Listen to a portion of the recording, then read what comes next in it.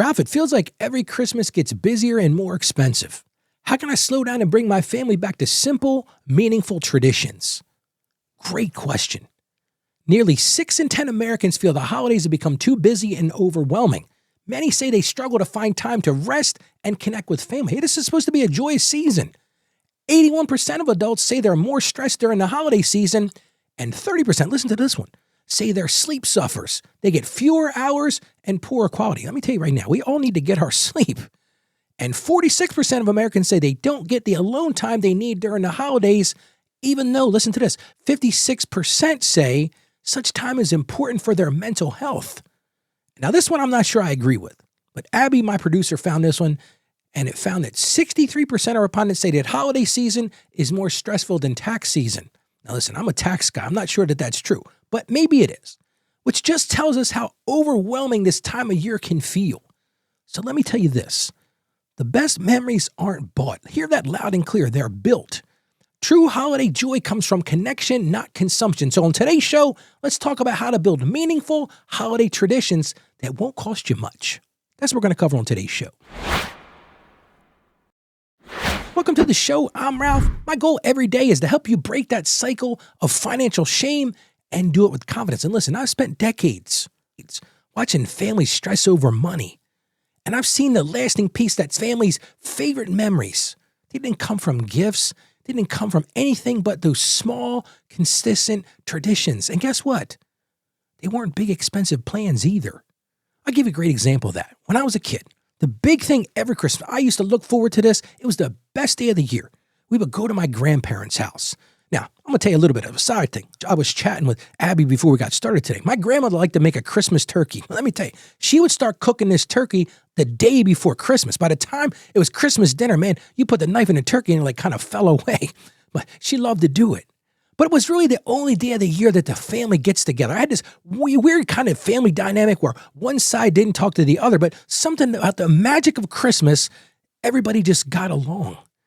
And to this day, I still remember those days, those times just sitting there and talking with family. These are family members that I really didn't see any other time of year, which leads me to family counselor Gary Chapman said this: traditions are love repeated.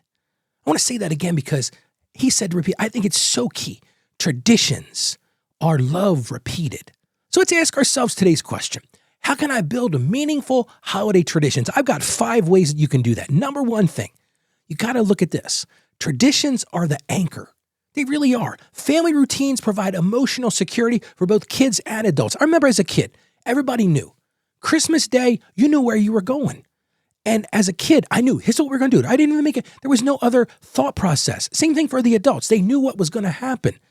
And you remember those things for a long time. So that's the first thing. Let that tradition anchor the celebration. Second thing, a lot of people drive themselves crazy. It's not a competition. Keep it simple. You don't need to outdo everyone. Just repeat what brings peace. Don't do those things that cause more pressure.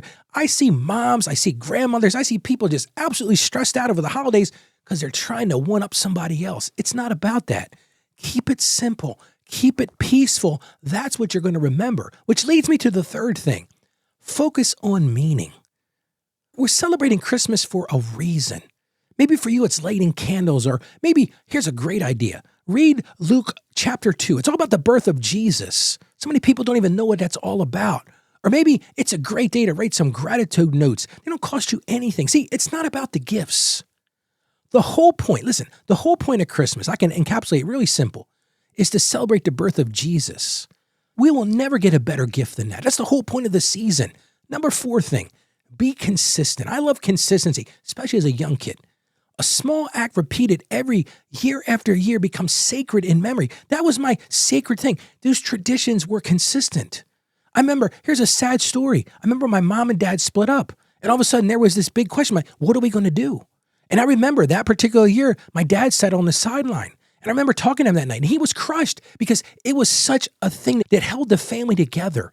And even though my mom and dad's marriage was falling apart, man, next year he was back there because he needed to be there. It was so important to him. And number 5, and again, I probably could have started with this one first. Make sure it's centered on Christ. So many people don't get the reason for the season. A popular saying out there right now is, what's the real reason for the season? but make faith the heartbeat of your family rituals because it grounds the celebration. Be so careful it doesn't come this big gift exchange where everybody's just worrying about what's the gift.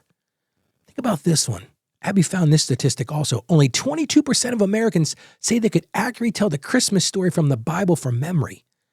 And that just crushed me because it showed how many are unclear about the holiday's biblical roots. Focus on that. And I found this Bible verse from the book of Deuteronomy. Don't often quote that on the show, but Deuteronomy chapter 6, verses 6 to 7. And this is really leaning into that, instilling that tradition in your children. It says this again, Deuteronomy 6, 6, and 7. These commandments that I give you today are to be on your hearts. Impress them on your children. Talk about them when you sit at home and when you walk along the road. What is the Bible telling us there? Impress these traditions on the hearts of your children. Help them to understand the reason for Christmas. Help them to see that it's all about relationships and family. It's not that stupid gift exchange where everybody, listen, we started off by talking about people buy gifts that they don't need. There's so many things that people are getting. They don't want those things. They want you. They want to connect with you. How about we pray together? Lord, during this holiday season, we just pray right now that you would help us to slow down and really savor the season.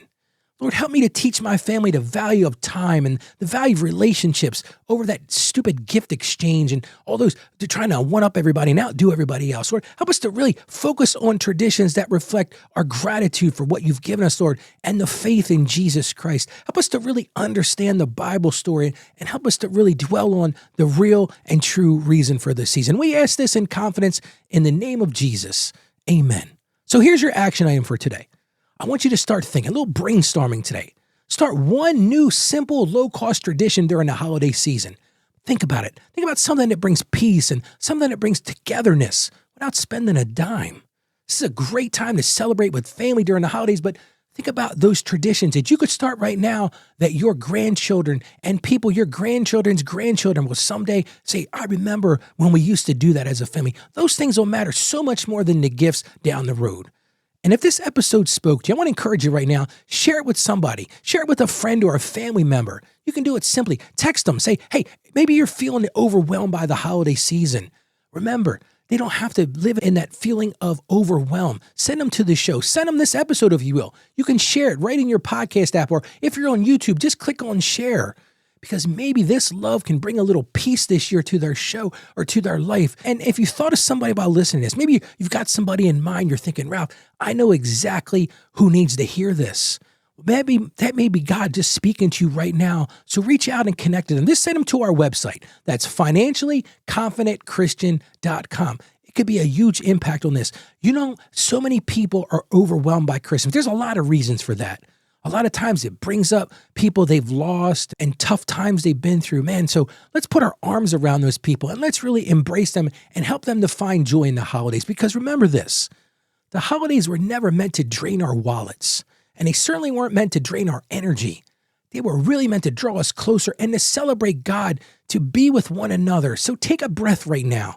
Choose that connection over chaos. And remember this, the best traditions aren't expensive.